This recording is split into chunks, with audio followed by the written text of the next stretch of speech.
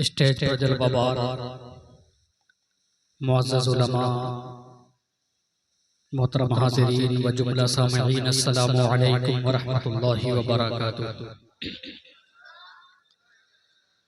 बिस्मिल्लाहिर रहमानिर रहीम।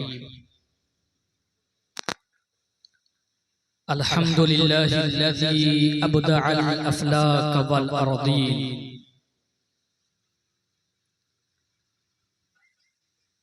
वस्सलातु वस्सलामु अला साहिबि लौलाका नबिय्यिल बशीरिन नज़ीरिल अमीन, व अला आलिहि तय्यिबीन ताहिरीन, व जमीइस सहाबति वत्ताबिईन, व मन तबिअहुम बिइहसानिन इला यौमिद्दीन, अम्मा बअद। फ़अऊज़ु बिल्लाहि मिनश शैतानिर रजीम, बिस्मिल्लाहिर रहमानिर रहीम।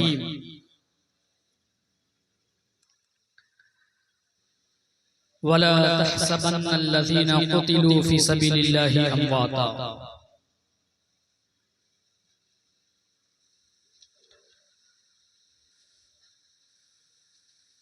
वरवल इमाम इब्न माजा व गैरुहु मिनल मुहद्दिसीन, दखलत सलमा अल-बिक्रिया अला उम्मि सलमता वहिय तबकी फ़क़ाल मा युबकी, फ़क़ालत रअयतु रसूलल्लाहि सल्लल्लाहु अलैहि वसल्लम फ़िल मनाम व अला रअसिही व लिह्यतिही अत-तुराब, फ़क़ुल्तु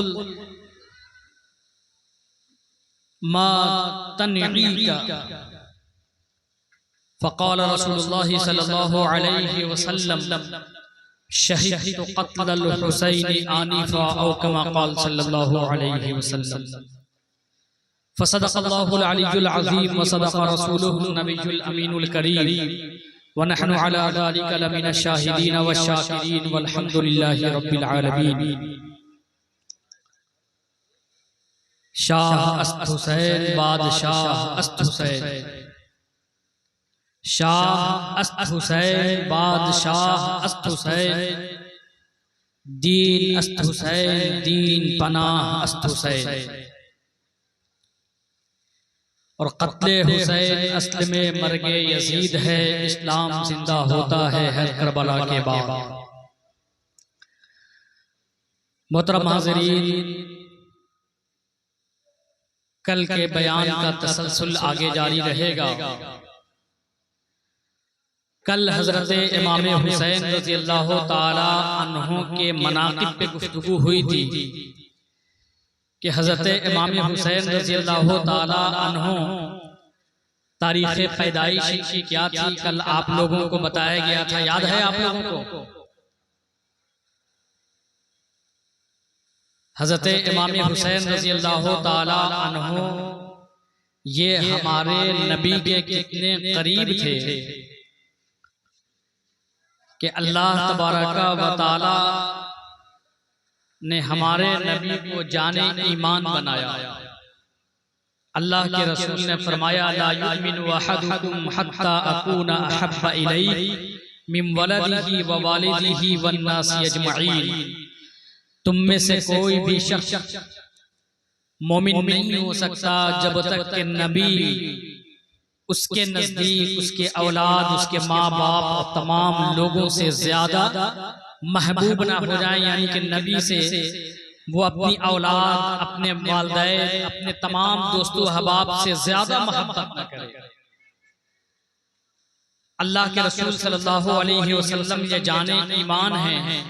और अल्लाह के रसूल सल्लल्लाहु अलैहि वसल्लम ने हजरत इमाम हुसैन के बारे में फरमाया, हुसैन मिन्नी व अना मिनल हुसैन, हुसैन मुझसे हैं और मैं हुसैन से हूँ। तो गोया के ईमान के लिए नबी की मोहब्बत जरूरी है और नबी की मोहब्बत के लिए हुसैन की मोहब्बत जरूरी है। अगर कोई कहे कि मैं नबी से मोहब्बत करता हूँ, हुसैन से मोहब्बत नहीं है, तो अल्लाह के नबी ने क्लियर कर दिया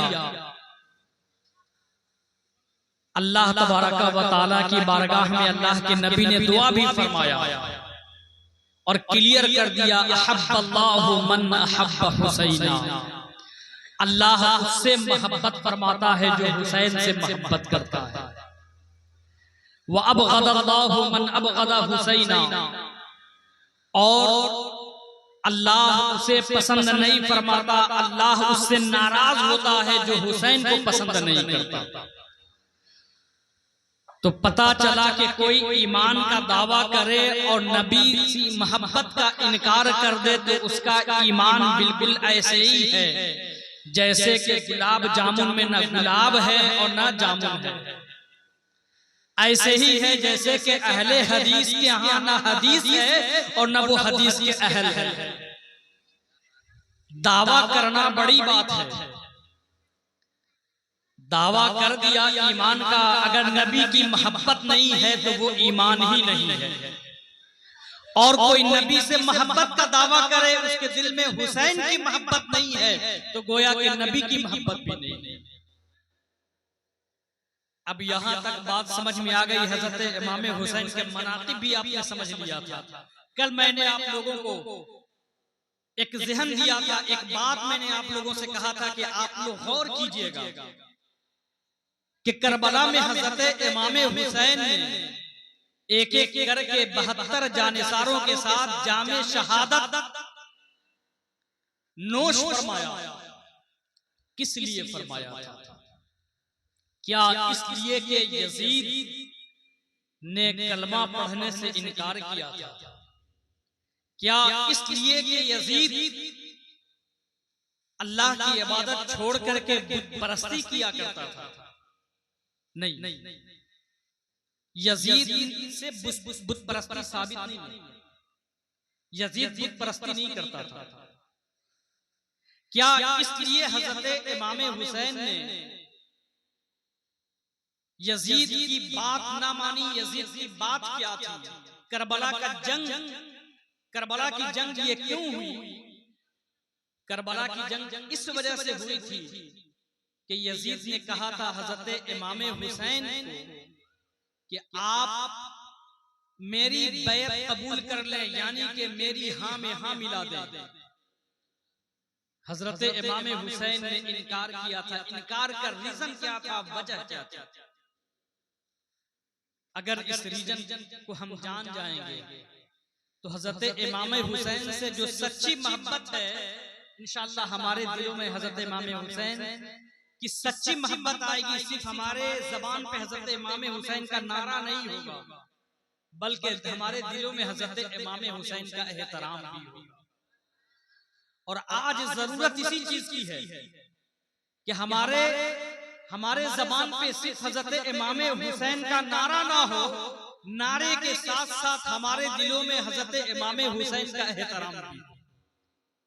लेकिन सच्चाई और हकीकत यही है कि हमारी जबानों पे हजरत इमाम हुसैन का नारा होता है, लेकिन हमारा दिल हजरत इमाम हुसैन के एहतराम से खाली है। अब मैं वो रीजन बताऊंगा तो बात आपके समझ में आ जाएगी, लेकिन उससे पहले आइए हमारा तमामी हजरात मिलकर इंतहाई अकीदत और मोहब्बत के साथ हम सब के आका, दोनों आलम के दाता, मदीने के ताजदार, तमाम नबियों के सरदार मोहम्मद अरबी रूही फिदा सल्लल्लाहु अलैहि वसल्लम की बारगाह नाज में दुरूद व सलाम का हदिया निशावर करें, बाआवाज़ बुलंद पढ़ें, अल्लाहुम्मा सल्लि अला सय्यिदिना व शफीइना व हबीबिना व मौलाना मुहम्मदिन व अला आलिहि व अस्हाबिहि व बारिक व सल्लिम, सल्लु अलैहि सलातन व सलामुन अलैका या सय्यिदी या हबीबी या रसूलल्लाह सल्लल्लाहु तआला अलैहि वसल्लम। आप हजरात इत्मीनान और सुकून के साथ बैठिएगा, बहुत ज्यादा मैं वक्त नहीं लूंगा। बाहर से एक मेहमान आए हैं, मुफ्ती वसीम साहब मिला, उनसे इंशाअल्लाह आप हजरात शानदार बयान सुनिएगा। और उनके बयान के बाद आप लोगों ने हाफिज अब्दुल वकील साहब की कॉपी को समाप्त किया है, अब ओरिजिनल भी आप समाप्त करेंगे उनके बयान के बाद। क्योंकि कल मैंने देखा कि हाफिज अब्दुल वकील साहब जब पढ़ करके चले गए, हाफिज फैजान साहब पढ़ करके चले गए, तो आधे से ज्यादा लोग उठ करके चले गए। देखिए, नाथखानी के साथ साथ ये जरूरी है कि हम उलमा के बयानात भी सुने। और अल्हम्दुलिल्लाह आपके यहाँ जो उलमा आ रहे हैं बयान करने के लिए, ये अहले सुन्नत व जमात के जिम्मेदार उलमा हैं। ऐसा नहीं है कि ये खतीब है, मुकर्रिर हैं, जो मुंह में आया बोल करके चले गए, बाद में आप ढूंढते रहे। नहीं, ये जिम्मेदार उलमा है। और आप मुकर्रिर की तकरीर सुने या ना सुने, लेकिन उलमा की बातें आप जरूर सुने। उलमा की बातें सुनेंगे तो बहुत मुमकिन है कि इससे आपकी दुनिया संवर जाए और आखिरत भी संवर जाए। तो आज हम लोगों ने तय किया है कि हाफिज अब्दुल वकील साहब, हाफिज फैजान साहब ये आखिर में पढ़ेंगे, ताकि आप लोगों तक उलमा की बात पहुंच सके। और जो चीजें जरूरी हैं हमारे लिए, हमारी जिंदगी के लिए, हम मुसलमान हैं ना, हम मुसलमान हैं, जानते हैं हमारा क्या मकाम है। हमें अपने मकाम मर्तबा का पता नहीं है। अल्लाह तबारक व तआला ने इरशाद फरमाया, कहां पे? चौथे पारे में सूरह आल इमरान की आयत नंबर 110 है। अल्लाह तबारक व तआला इरशाद फरमाता है, कुंतुम खैरा उम्मतिन उखरिजत लिन्नासी तअमुरूना बिल मारूफ व तनहौना अनिल मुनकर। तुम बेहतरीन उम्मत हो। लोगों के सामने जितनी भी उम्मतें जाहिर की गई, दुनिया में जितनी भी उम्मतें आई, अल्लाह तबारक व तआला ने उम्मत मुहम्मदिया को, जिस उम्मत मुहम्मदिया की गुलामी का पट्टा हमारे गले में है, और ये हमारे लिए बड़े शर्फ और फख्र की बात है कि जब हम पैदा हुए तो हमारे कानों में अजान और इकामत के अल्फाज कहे गए। उम्मत मुहम्मदिया सल्लल्लाहु अलैहि वसल्लम कि हम फर्जंद हैं। अल्लाह तबारक व तआला ने उम्मत मुहम्मदिया के बारे में फरमाया, यानी कि हमारे बारे में फरमाया कि जितनी भी उम्मतें अब तक के आई हैं, इन तमाम उम्मतों में अल्लाह ने फरमाया, कुंतुम खैरा उम्मह, तुम तमाम उम्मतों में सबसे बेहतरीन उम्मत हो। और सबसे बेहतरीन उम्मत अल्लाह तबारक व तआला ने हमें बनाया। तो बेहतरीन उम्मत के साथ अल्लाह ने हमें रिस्पॉन्सिबिलिटी भी दी, जिम्मेदारियां भी दी। याद रखिएगा, अल्लाह तबारक व तआला ने किसी को अगर कुछ दिया है तो उसकी जिम्मेदारियां भी होती हैं। आपको मिसाल मैं एक दूं, आम इंसान जिसे सारे लोग नहीं जानते हैं, मोहल्ले में 2-4 लोगों तक जानते हों, रास्ते में गया, कहीं भी ठेले पे सामान खरीद करके खा लिया, लोग कोई कुछ नहीं कहेगा। लेकिन शहर का एक जिम्मेदार शख्स हो, मोहल्ले का जिम्मेदार शख्स हो, तो उससे आप नहीं देखेंगे कि वो इस तरह की हरकतें करे। तो जो जितना जिम्मेदार होता है, जिसका जितना रुतबा होता है, उसकी रिस्पॉन्सिबिलिटी भी उतना ही ज्यादा होती है। अल्लाह तबारक व तआला ने करोड़ों मखलूकात को पैदा फरमाया।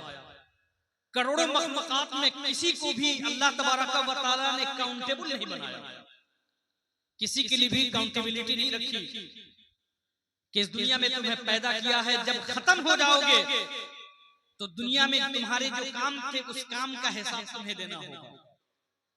करोड़ों मखलूकात के दरमियान इंसानों को अशरफुल मखलूकात बनाया, तो अल्लाह तबारक व तआला ने इन्हें अक्ल अता फरमाया, अल्लाह ने इन्हें नफ्स अता फरमाया, इन्हें इख्तियार दिया, ताकत दी, कुव्वत दी। तो अल्लाह तबारक व तआला ने रिस्पॉन्सिबल बनाया कि इस दुनिया में तुमने जो किया है, आने के बाद तुम्हें उसका हिसाब देना होगा। अब तमाम मखलूकात में इंसानों को अशरफुल मखलूकात बनाया, और तमाम इंसानों में अल्लाह तबारक व तआला ने मोमिनों को सबसे आला और सबसे अरफा बनाया। अल्लाह तबारक व तआला ने फरमाया, यरफ़इल्लाहु अल्लज़ीना आमनू मिनकुम, ऐ इंसानों तुम में से जो ईमान लाते हैं, जो ईमान वाले होते हैं, अल्लाह उनके दर्जे को बुलंद फरमा देता है। वल्लज़ीना उतुल इल्म दरजात, और जिन्हें इल्म की दौलत दी जाती है उनका दर्जा और बुलंद हो जाता है। तो बहैसियत उम्मत अल्लाह तबारक व तआला ने हमें खैर उम्मत बनाया है।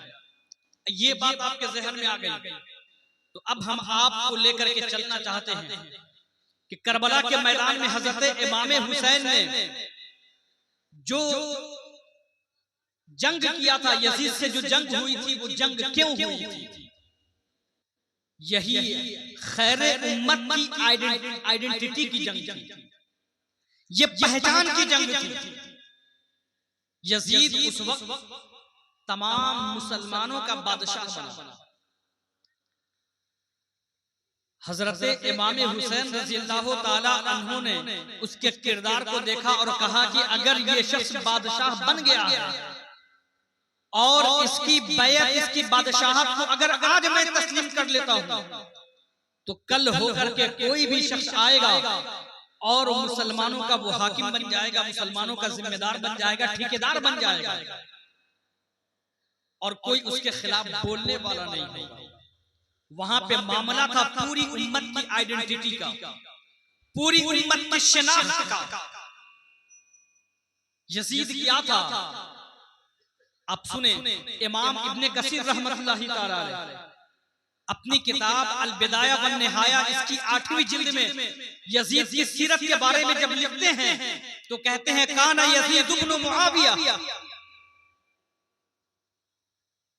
काना यजीद इब्न मुआविया साहिबुल खमरी फी हदासती। यजीद इब्न मुआविया ये नौ उम्री से ही शराब का रसिया हो गया था, शराब का आदी हो गया। यजीद शराबी था, यजीद काफिर नहीं था। हज़रत इमाम हुसैन ने इस वजह से यजीद के खिलाफ तलवार नहीं उठाया कि यजीद काफिर था। यजीद कलमा नहीं पढ़ता था, यजीद बुत परस्ती नहीं, यजीद बुत परस्ती करता था, इस वजह से नहीं। यजीद कलमा पढ़ता था और कलमा पढ़ने के बावजूद अल्लाह के नबी ने जब शराब की हुर्मत का हुक्म सहाबा कराम को सुनाया तो अहले अरब शराब के बड़े रसिया थे। आज भी पीने वालों के यहाँ आप पूछें, शराब की कई कई तरह की किस्में होती हैं। उनके यहाँ भी बहुत पुरानी पुरानी शराब हुआ करती थी, लेकिन जैसे ही अल्लाह के रसूल ने कहा कि शराब ये हराम है, जिसके कानों में जहां तक आवाज पहुंची, अगर किसी ने शराब को गिलास में उड़ेल लिया था और होठों तक ले गया था, होठ से शराब के गिलास लगे हुए थे, कुछ शराब के कतरे उसके गले से नीचे उतर रहे थे, कानों में आवाज पहुंची कि मोहम्मद अरबी सल्लल्लाहु अलैहि वसल्लम ने आज से शराब को हराम कर दिया है। वहीं से शराब के बोतल को, शराब के प्याले को, शराब के गिलास को अपने होठों से दूर किया और शराब के गिलास को पटक दिया, फोड़ दिया। किसी के हाथ में शराब का जाम था, भी होठों तक गया नहीं था, उसने वहीं पे शराब के प्याले को तोड़ दिया। किसी के हाथ में शराब की सुराही थी, खबर पहुंची कि मोहम्मद अरबी सल्लल्लाहु अलैहि वसल्लम ने शराब को हराम करार दे दिया है, उसने शराब के मटके को फोड़ दिया। रवायतों में आता है कि जिस दिन अल्लाह के रसूल सल्लल्लाहु अलैहि वसल्लम ने शराब के बारे में फरमाया कि शराब हराम है आज से, जो भी हमारा कलमा पढ़ता है, जो भी ये कहता है ला इलाहा इल्लल्लाह मुहम्मदुर रसूलुल्लाह, तो अब वो शराब नहीं पिएगा। साहबे कराम ने जहां सुना था वहीं से शराब की बोतलें, शराब के गिलास तोड़ दिए गए और मदीने शरीफ में शराब की नहर, शराब जो है ना वो गलियों में बहने लगी। ये आलम था, लेकिन अभी ज्यादा अरसा गुजरा नहीं था, सिर्फ 50 साल गुजरे थे। कितने? 50 साल। यजीद जो है ना, ये 60 हिजरी में ये बादशाह बना और 61 हिजरी में हजरत इमाम हुसैन के साथ करबला का वाकया रुनुमा हुआ। अब जैसे ही ये वाकया हुआ, यजीद बादशाह बना, हजरत इमाम हुसैन को खबर हुई, यजीद ने बैत लेना शुरू किया। उस जमाने में बैत का निजाम था। आजकल जो वोटिंग होती है ना, एक तरह से उस जमाने की ये वोटिंग थी। मान लेना था कि हाँ हमने मान लिया आपको, आप जो कहेंगे आपके पीछे पीछे हम चलेंगे। यानी कि सिर्फ बादशाहत नहीं, उम्मत की क़यादत भी आपके जिम्मे है, दीन की क़यादत भी आपके जिम्मे है। तो जानते हैं हजरत इमाम हुसैन को जब खबर पहुंची तो हजरत इमाम हुसैन उसके कैरेक्टर को जानते हुए, और ये कोई ढकी छुपी बात नहीं थी, वो नौकरी से शराब पीता था, तो ऐसी भी बात नहीं कि वो छुप छुपा करके पीता था, बल्कि हजरत इमाम इब्ने असाकिर रहमतुल्लाहि ताला अलैह अपनी किताब तारीख दिमश्क और तारीख मदीना में लिखते हैं कि बादशाह बनने से पहले जब यजीद के वालिद, वो बड़े नेक थे, सहाबी थे, हजरत अमीर मुआविया रज़ी अल्लाह ताला अन्हु, हजरत अमीर मुआविया रज़ी अल्लाह ताला अन्हु जब बादशाह थे, तो उनके जमाने में हज के मौके से उस वक्त मुसलमान जो है ना मक्के में इकट्ठा होते थे, बड़े बड़े उलमा, मुहद्दिसीन, फुक़हा, ये वहां पे मुलाकात का जरिया होता था। तो उस वक्त हजरत इमाम हुसैन रज़ी अल्लाह ताला अन्हु भी और एक सहाबी रसूल और थे, गालिबन इनका नाम मेरे ज़हन में नहीं आ रहा, दोनों वहां पहुंचे हुए थे। और ये यजीद भी, बाप बादशाह थे, यजीद भी वहां पहुंचा हुआ था हज करने के लिए। जाहिर सी बात है, अगर किसी के माँ बाप नेक होते हैं, वो चाहते हैं कि बेटा भी हमारा नेक काम करे, मस्जिद भेजते हैं, जाना नहीं चाहता है बाप के डर से चला जाए, लेकिन जाकर के वहां भी खुराफाती करता है। यजीद चला गया हज करने के लिए। अब मक्के में सोचे रोंगटे खड़े हो जाएंगे आपके। उस वक्त हजरत इमाम हुसैन को, हाँ, हजरत अब्दुल्लाह इब्न अब्बास याद आ गया। ये कौन साहबी रसूल हैं? हजरत अब्दुल्लाह इब्न अब्बास, अल्लाह के रसूल सल्लल्लाहु अलैहि वसल्लम के चचाजाद भाई भी हैं। पता चला कि अभी मुसलमानों के जो वाली हैं, बादशाह हैं अमीर मुआविया, उनका बेटा आया हुआ है, तो सोचा कि मुलाकात कर ले, देख ले कि भाई बेटा किस तरह का है।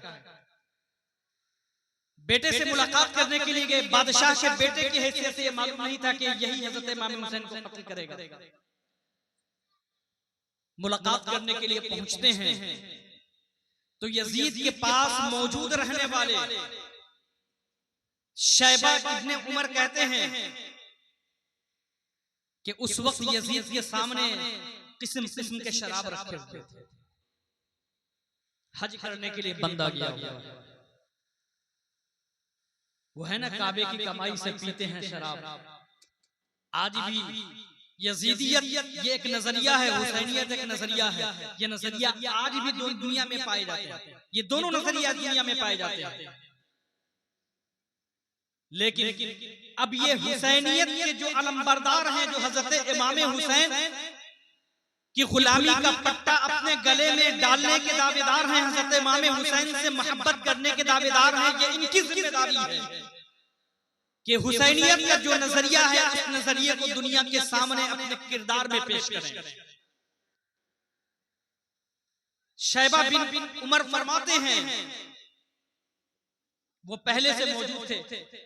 जब पता ये चला यजीद को कि उससे मिलने के लिए नवासे रसूल हजरत इमाम हुसैन आ रहे हैं, उससे मिलने के लिए अल्लाह के रसूल सल्लल्लाहु अलैहि वसल्लम के चचाजाद भाई हजरत अब्दुल्लाह इब्न अब्बास रज़ियल्लाहु ताला अन्हु आ रहे हैं, आलम इस्लाम की दो जलील कद्र हस्तियां तशरीफ ला रही हैं, उसने कहा कि भाई जल्दी जल्दी से सामने से हटा।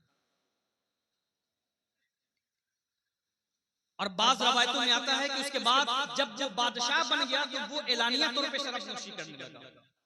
हजरत इमाम हुसैन ने ऐसे शख्स की बैत करना कबूल नहीं किया। अब आज मैं आप लोगों को जो ज़हन दे रहा हूं, ये बताएं, हुसैन से आप मोहब्बत करते हैं ना? हुसैन से मोहब्बत करते हैं? कितने लोग मोहब्बत करते हैं? अपने हाथों को बुलंद करें। हुसैन से मोहब्बत करते हैं? कोई भी मुसलमान ऐसा हो ही नहीं सकता जो हुसैन से मोहब्बत नहीं करे।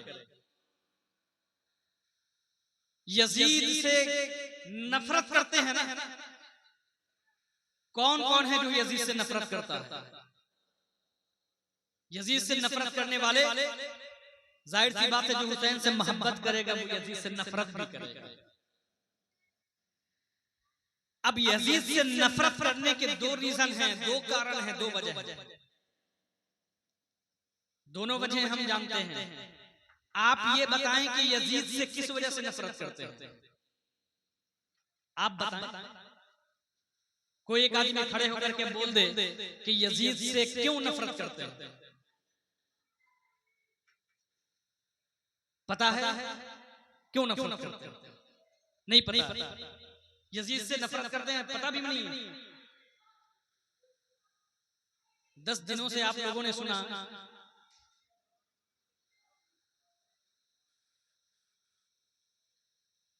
देखिए हमारे जहनों में जो आता है ना, उमूमी तौर पे जो बात मैं कर रहा हूं, उमूमी तौर पे यजीद से नफरत सब करते हैं, और रीजन जो पता है आप लोग बयान नहीं कर पा रहे हैं। वो रीजन हमारे जहनों में ये बैठा हुआ है कि उसने हजरत इमाम हुसैन को शहीद किया था, उसने नवासे रसूल को शहीद किया था। आगे बात समझ में? यही इसी वजह से ना हजरत इमाम हुसैन की मोहब्बत में यजीद से नफरत करते हैं कि उसने नवासे रसूल को शहीद किया था। लेकिन ये रीजन तो है, इमाम हुसैन से मोहब्बत करते हैं, लेकिन हजरत इमाम हुसैन की शहादत भी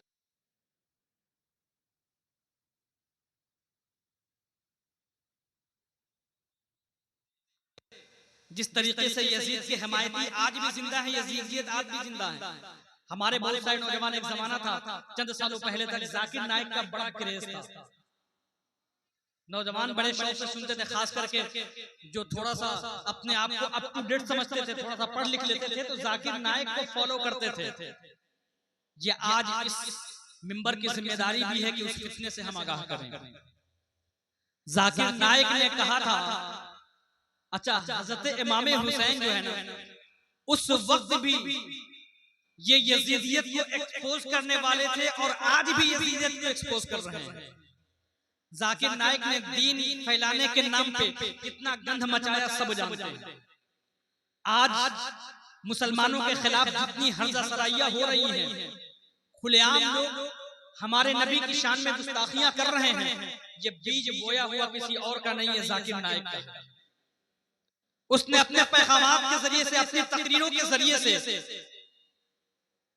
दूसरों के माबूदों को बुरा भला कहना शुरू किया, उन्हें उल्टा सीधा कहना शुरू किया।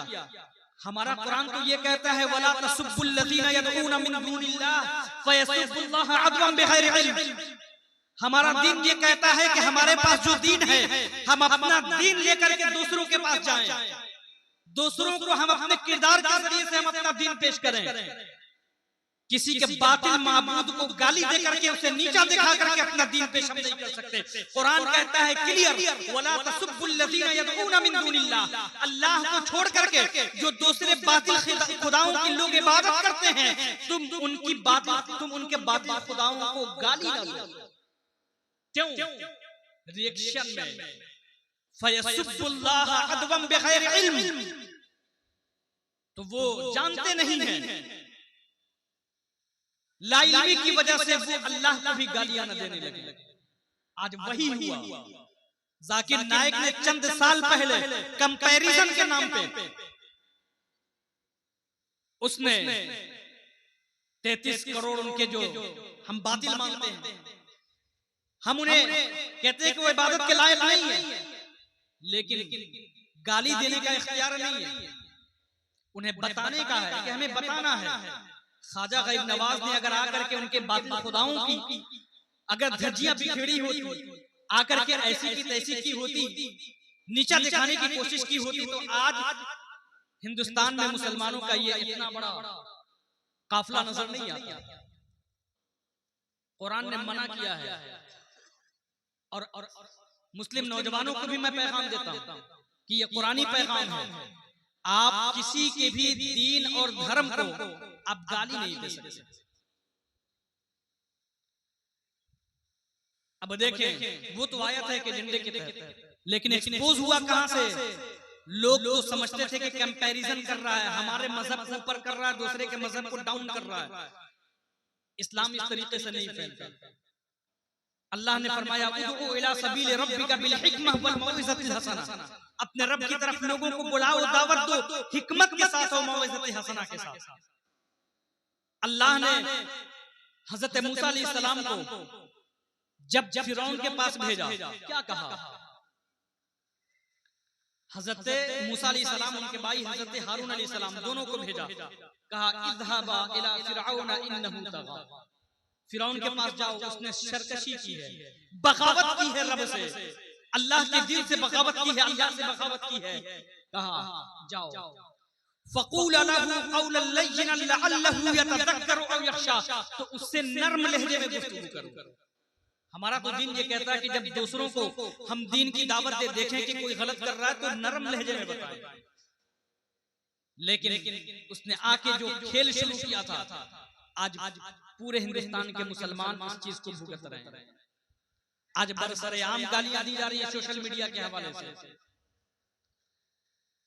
लेकिन हजरत इमाम हुसैन के जरिए से वो एक्सपोज हो गया। जानते हैं उसने क्या कहा? उसने कहा था कि करबला की जंग सियासी जंग थी।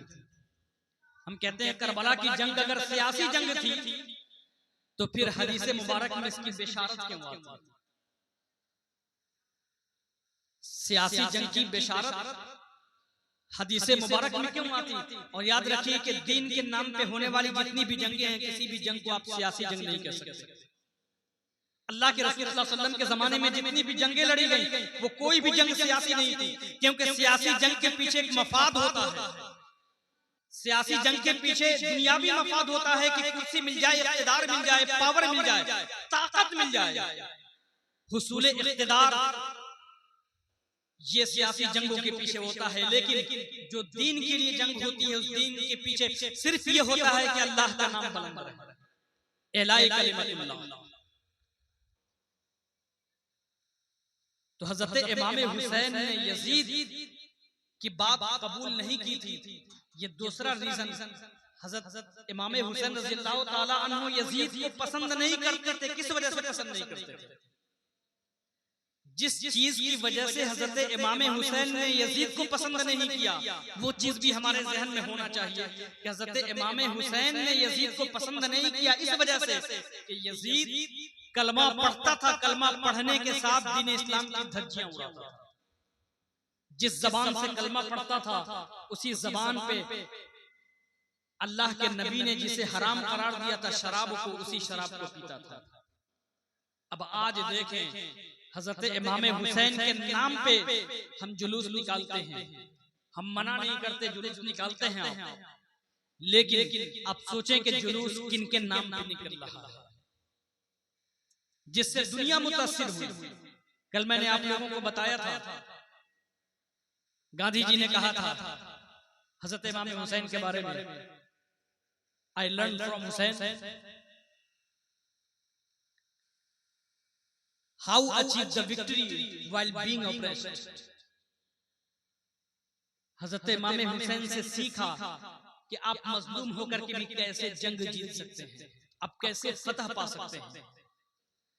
हजरत इमाम हुसैन ने यजीद से जो नफरत किया, नफरत की बुनियाद यही थी। लेकिन बड़े अफसोस की बात है, बड़े सितम ज़रीफ़ी की बात है कि उसी हुसैन का नारा आज लगाते हैं, उसी हुसैन से मोहब्बत का हम दम भरते हैं और उनके नाम पे यादगार निकालते हैं, और उन यादगारों में शराब पी करके हमारे नौजवान जुलूस में शिरकत करते हैं। ये हम सब की समाजी जिम्मेदारी है, ये सोशल रिस्पॉन्सिबिलिटी है कि अगर हमारे मोहल्ले से कोई हजरत इमाम हुसैन के नाम पे जुलूस निकल रहा है, उसमें अगर कोई शराब पी करके जा रहा है तो उसका बाइकाट किया जाए, उसे अपने जुलूस से अलग किया जाए। हमारे जुलूस को ऐसे लोगों की जरूरत नहीं है कि शराब पी करके इमाम हुसैन का नारा लगाएं, शराब पी करके हजरत इमाम हुसैन की तौहीन करें। हजरत इमाम हुसैन के नाम पे ये यादगार ही मनाते हैं ना, यादगार मनाना ठीक अच्छी चीज है, यादगार मनाना चाहिए, लेकिन मसनूई करबला 7वीं तारीख को मिट्टी कोरने का जाते थे आप लोग, जाते हैं आप लोग क्या नहीं जाते? अच्छी बात, पहले जाते थे, पहले जाते रहे होंगे। अल्हम्दुलिल्लाह जैसे जैसे बेदारी आ रही है, अब उलमा बयान कर रहे हैं, चीज खत्म हो रही है। ये सब क्या रस्में हैं, आज भी बहुत सारी जगहों पे हैं। आप लोगों को दूसरी जगह के लोगों को भी पहुंचाएं कि ये चीजें नहीं होनी चाहिए। मिट्टी उनके नाम पे खोदना, अच्छा फिर अभी भी क्या होता है, ताजिया बना करके लोग लेकर के जाते हैं करबला पे और जाकर के वहां पे छोड़ देते हैं, बड़ी मोहब्बत से ताजिया बनाते हैं, और फिर उसके बाद 10वीं मुहर्रम को वही करते हैं जो बेवकूफ लोग करते हैं, अपने हाथों से बड़ी मोहब्बत से बनाते हैं और बना करके जब वक्त खत्म हो जाता है, तारीख खत्म हो जाती है, ले जा करके। तो प्यारे इस्लामी भाइयों, ये हम सोचा कभी कि हम क्या कर रहे हैं करबला में जा करके। करबला ये है क्या? करबला तो इराक में है। पता चला कि उनके नाम पे, उनके मोहब्बत के नाम पे खुराफात करने के लिए हमने हर मोहल्ले में, हर इलाके में करबला बना लिया। मैं तो कहता हूं कि हमारे यहाँ जो करबला है, उस करबला में हजरत इमाम हुसैन के नाम पे लाइब्रेरी बना देना चाहिए, ताकि लोग जाएं और हजरत इमाम हुसैन और हजरत इमाम हुसैन की जिंदगी के हवाले से वहां पे जितने ज्यादा पैगामात हो सकते हैं, लिटरेचर हो सकते हैं, वहां पे फराम होने चाहिए कि लोग जाएं और जाकर के हजरत इमाम हुसैन की जिंदगी को पढ़ें और जिंदगी पढ़ करके अपनी जिंदगी को संवारें। प्यारे इस्लामी भाइयों, जरूरत इस बात की है कि हजरत इमाम हुसैन की कुर्बानी, हजरत इमाम हुसैन की शहादत का जो सबब है, जो रीजन है, उस पे गौर करें और सोचें कि हजरत इमाम हुसैन की यादगार जो हम मना रहे हैं, ये यादगार किस तरीके से मनाएं कि हमारे हुसैन हमसे खुश हो जाए। इन खुराफात की वजह से हजरत इमाम हुसैन खुश नहीं होते होंगे, क्योंकि हजरत इमाम हुसैन ने इन्हीं खुराफात की वजह से, इन्हीं खुराफात को खत्म करने के लिए हजरत इमाम हुसैन ने यजीद के सामने सर झुकाना पसंद नहीं किया। कहा कि हमारा सर कट जाए तो कट जाए, लेकिन दुनिया के सामने एक एग्जाम्पल है कि कल होकर के जिस कि जहन में भी बात आ जाए कि इस्लाम क्या है, जो भी इस्लाम को समझ जाए, वो इन खुराफात के सामने कभी भी अपने सर को न झुकाए। आज तो होता यह है कि हम अपनी बीवियों के सामने सरेंडर कर जाते हैं, दूसरों के सामने तिस्मार खान बनते हैं, मस्जिद के इमाम साहब के सामने तिस्मार खान बन जाते हैं, लेकिन बीवियों के सामने बीवी कहेगी कि नहीं, मैंने मन्नत मांगा है भूखा रहने की और करबला में जाकर के मन्नत पूरी करने की, ये मन्नतें गैर शरई हैं। जानते हैं आला हज़रत फाज़िल बरेलवी अलैहि रहमतुल्लाह व रिदवान से किसी ने सवाल किया कि औरतें अजमेर शरीफ जाती हैं, क्या उनका जाना जायज है या नहीं? सवाल इतना था। जानते हैं हमारे सरकार आला हज़रत मुजद्दिद दीन व मिल्लत इमाम अहमद रजा खान फाज़िल बरेलवी अलैहि रहमतुल्लाह व रिदवान, आप सुने, हज़रत इमाम आशिक़ रसूल, जिनकी वजह से मोहब्बत करते हैं ना हज़रत इमाम अहले सुन्नत से, और फख्र से कहें कि हम मोहब्बत करते हैं क्योंकि इन्होंने दीन की हिफाजत की है। उनसे ये सवाल पूछा गया कि क्या औरतों को अजमेर शरीफ जाना चाहिए, जायज है कि नहीं है? आला हज़रत फाज़िल बरेलवी अलैहि रहमतुल्लाह व रिदवान ने इस सवाल के जवाब में एक किताब ही लिखी, एक रिसाला लिखा। रिसाले का नाम था जुमलुन नूर फी नह्यिन निसाई अन ज़ियारतिल क़ुबूर। नूरानी जुमले, नूरानी गुफ्तगू औरतों के मज़ारात पे जाने के सिलसिले में। और शुरू करते हैं, पूरी किताब तो नहीं सुना सकता, शुरू का जुमला, आगाज जो करते हैं वो लिखते हैं कि तुम ये पूछते हो कि औरतों का मज़ार पे जाना जायज है कि नहीं, ये पूछो कि औरतें जब मज़ार पे जाने के लिए निकलती हैं तो कितनी लानतें होती हैं। अब सोचे हजरत उमर फारूक रज़ियल्लाहु ताला अन्हु के जमाने में औरतों को मस्जिद में जाने से रोक दिया गया। अल्लाह के रसूल के जमाने में औरतें मस्जिद में जाकर के जमात से नमाज पढ़ती थी। आप हदीस उठा करके देखें, तकरीबन हदीस की तमाम किताबों में आपको तरतीबु सुफूफ के नाम से अबवाब मिलेंगे कि नमाज में सब किस तरीके से लगाई जाए, और हर हदीस में आपको ये अल्लाह के रसूल सल्लल्लाहु अलैहि वसल्लम की वजाहत मिलेगी कि पहले मर्दों की सफ हो, मर्दों की सफ जब हो जाए तो उसके बाद बच्चों की सफ हो, और बच्चों की सफ जब खत्म हो जाए उसके बाद औरतों की सफ। अल्लाह के रसूल के जमाने में औरतें जाती थी। हजरत उमर फारूक रज़ियल्लाहु ताला अन्हु का जमाना आया, हजरत उससे पहले हजरत अबू बकर सिद्दीक रज़ियल्लाहु ताला अन्हु का 2.25 साल का जमाना, औरतें जाती थी मस्जिद में। हजरत उमर फारूक रज़ियल्लाहु ताला अन्हु का जमाना आया तो ऐसे उबाश लोग भी आ गए जो मस्जिद में अल्लाह की इबादत करने के लिए नहीं जाते थे, बल्कि नौजवान औरतों को, खवातीन को देखने के लिए और उनकी वजह से मस्जिद में जाया करते थे। जब ये हालात देखा तो कहा कि नहीं, औरतें मस्जिद में नमाज पढ़ने के बजाय घरों में ही नमाज अदा करें। कुछ लोग गए उम्मुल मोमिनीन हजरत आयशा सिद्दीक़ा रज़ियल्लाहु ताला अन्हा के पास। इस तरह के जब मसाइल होते थे ना सहाबा के दरमियान, तो वो मोमिनों की माँ हजरत आयशा सिद्दीक़ा रज़ियल्लाहु ताला अन्हा के पास पहुंचते थे। हजरत उमर से तो कोई डर से बोल नहीं सकता था। लोग गए और कहा कि देखिए हजरत उमर ने वो काम मना कर दिया जो काम अल्लाह के रसूल ने मना नहीं किया था। अल्लाह के रसूल के जमाने में होता था। आयशा सिद्दीक़ा रज़ियल्लाहु ताला अन्हा फरमाती हैं कि अल्लाह के रसूल सल्लल्लाहु अलैहि वसल्लम अगर आज के हालात देख लेते तो अल्लाह के रसूल सल्लल्लाहु अलैहि वसल्लम भी मना फरमाते। अब देखिए औरतों को मस्जिद में जाने से मना कर दिया गया, अब मज़ारात पे जाने की इजाजत कहां से हो सकती है? मज़ारात पे जब जाने की इजाजत नहीं है तो आपने जो करबला बनाया है अपने यहाँ हज़रत इमाम हुसैन के नाम पे, जहाँ पे जाके खुराफात करते हैं, आप पैसे दे करके वक्त दे करके बड़ी मोहब्बत से ताजिया बनाते हैं इमाम हुसैन के नाम पे, और उसी ताजिया को जाकर के वहां पे आप छोड़ करके चले आते हैं। फुजुल खर्ची है वो अलग है, और उसके नाम पे करबला के नाम पे औरतें जाकर के वहां पे मन्नतें पूरी करती हैं। मन्नतें गैर शरई हैं। उलमा फरमाते हैं कि अगर किसी ने किसी नाजायज चीज की मन्नत मांग ली तो उसके लिए वाजिब यह है कि वो उस मन्नत को पूरा न करे। ये मन्नतें, किसी ने शराब पीने की मन्नत मांग ली तो क्या कहा जाएगा कि अब तुम्हारा काम हो गया है, शराब पी लो? नहीं।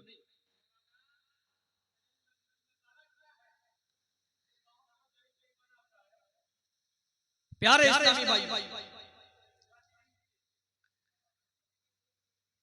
जानते हैं इस्लाम का जो मिजाज है ना, शराब की हुर्मत जानते हैं कितनी मर्तबा में नाजिल हुई? डायरेक्ट शराब की हुर्मत का हुक्म नाजिल नहीं हुआ कि शराब हराम है। दिन का मिजाज आप समझने की कोशिश करें। इस्लाह ऐसे नहीं होती है कि रातों रात जो है न बयान करने वाले नबी हैं और न सुनने वाले सहाबा हैं। हमारे दिलों में ईमान कितना रोशन है हम सब जानते हैं। आप चाहते हैं कि रातों रात इनकलाब आ जाए, मुमकिन नहीं है। शराब की हुर्मत, अहले अरब जो है ना शराब के बहुत तरह से आते हैं। शराब पीते थे बहुत शौक। अल्लाह तबारक व तआला उनके मिजाज को जानता था। अगर एक मर्तबा में शराब की डायरेक्ट हुर्मत अगर आ जाती तो इस बात का अंदेशा था कि बहुत सारे लोग इस वजह से इस्लाम से दूर हो जाते, इस्लाम कबूल नहीं करते कि इस्लाम में शराब हराम है। तो पहले अल्लाह तबारक व तआला ने आयत करीमा नाज़िल फरमाई, यसअलूनका अनिल खम्र वल मैसिर, लोग आपसे सवाल करते हैं शराब के बारे में। कुल फीहिमा इस्मुन कबीर व मनाफिउ लिन्नास, ऐ रसूल आप कह दीजिए कि इसमें बड़ा गुनाह है, दिखने में नफा है, अच्छा लगता है, लेकिन गुनाह का काम है। दूसरी मर्तबा अल्लाह तबारक व तआला ने दूसरे मरहले में शराब की हुर्मत का प्रोसेस दूसरी मर्तबा में आयत करीमा नाज़िल हुई, या अय्युहल्लज़ीना आमनू इन्नमल खम्रु वल मैसिरु वल अंसाबु रिज्सुम मिन अमलि शैतान। शराब, जुआ, ये सब क्या है? नापाक हैं। क्या है?